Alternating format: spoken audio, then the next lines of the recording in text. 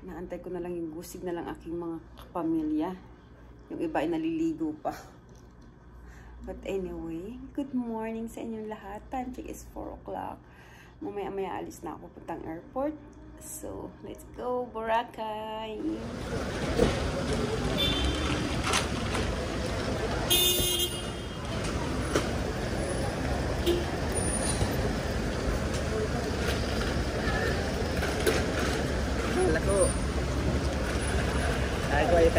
Ayaw ko mga artista kasi pagpunta sa airport dahil tayo na kumakaway.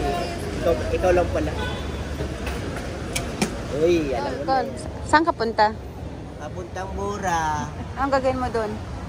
Magkaykay ng buhangin. Yan ka na naman. Tiyamitsuhin ko. Bantot ng paa. Luis, ginagawa mo? Bontaray, ito mo yung paa, oh. Nakakupit ako ng ano dyan, 850. Ito regalo ko sa iyo. Nababa tayo. They're coming. Come on.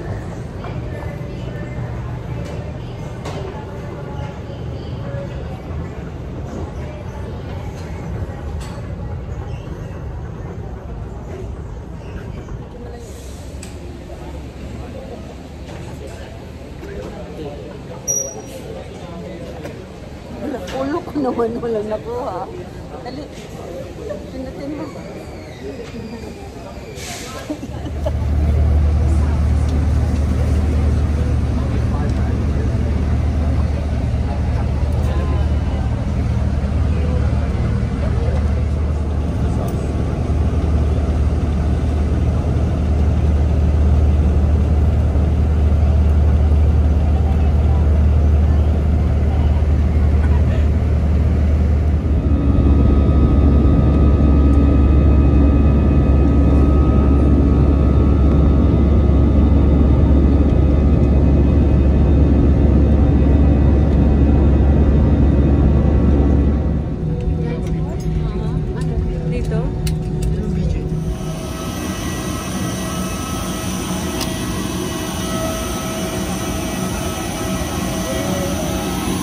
Si Kulot nagbibideo.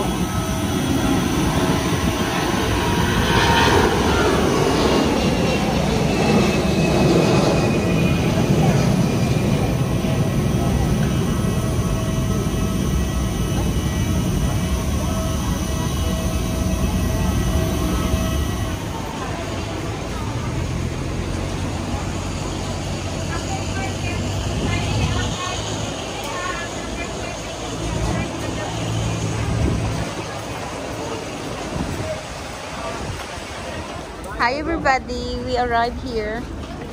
And this is our... Oh, mauna na kayo, dali. Saan? Diyan, sa harapan. Ewan nyo yung mga bagahe nyo dyan, no? Makikisuyo tayo kay kuya. Dali.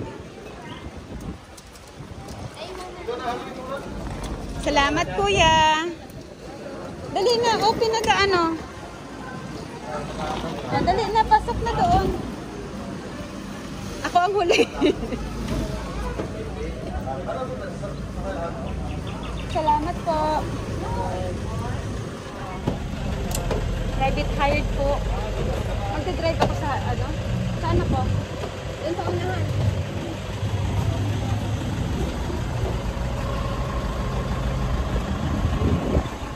Oh, ang mga bubuyog. Ang mga bubuyog. Magandang umaga po.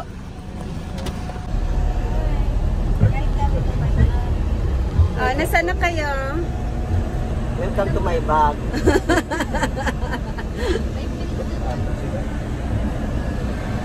Pasa niyo dali. Saan po ba tayo? Katiklan.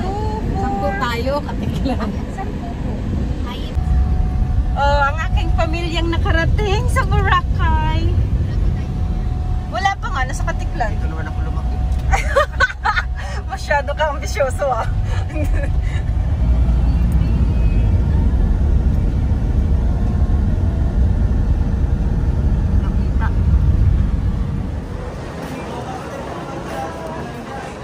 Hindi maganda pag you mimic other yung hindi.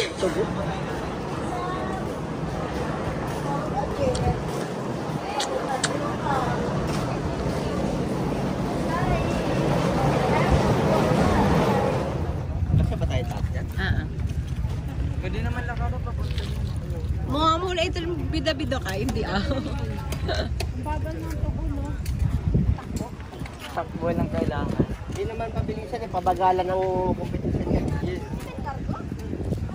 Firework.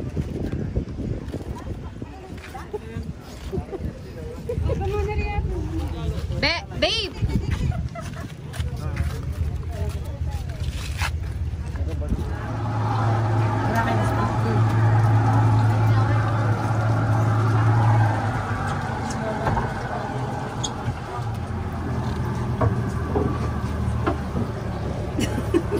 Dalawa-dalawa.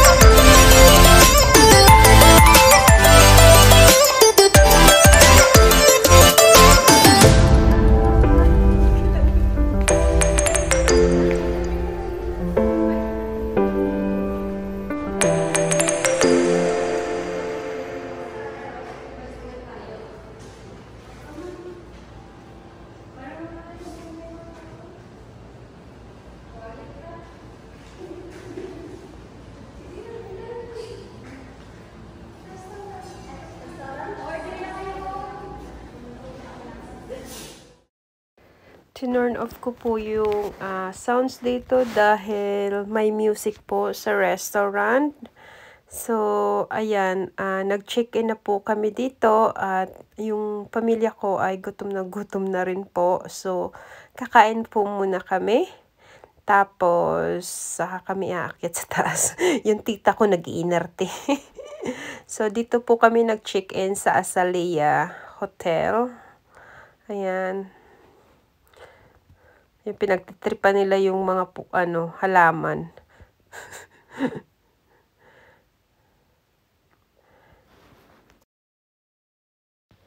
Ayan, papasok na kami at ayan yung manager po ng restaurant.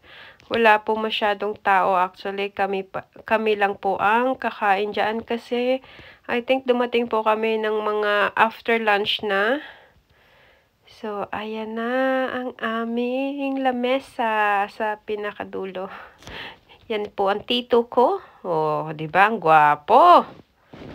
Pero tiki na po yan. Ayan po ang aking pinsan na si Luis. Mag-ama. Dami sinasabi ng tito ko. Hindi ko maintindihan kung ano yung sinasabi niya. Kasi nga nakamute na. Ayan yung tita ko na kinarte. Ayan po yung ampon-ampon ni mama. So, si Edsel. Ayan, yung tita ko. Gutom na rin daw po siya. Ayan. Ito yung restaurant ng Kuya G.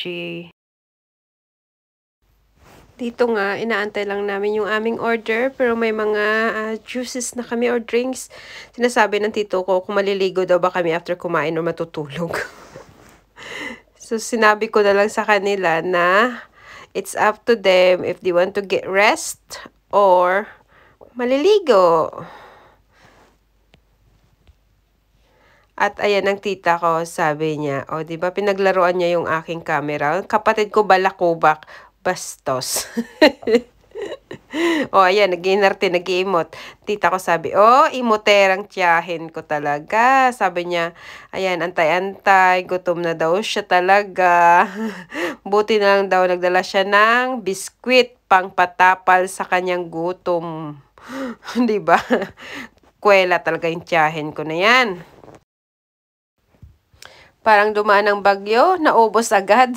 Dahil po nga, gutom na kami. Ayan, wala pong ebidensya na hindi kami gutom lahat. Ayan yung tiyahin ko. Tatawa ako kasi nginat-ngat niya yung boto ng crispy pata. May sinasabi siya. Marami pong salamat!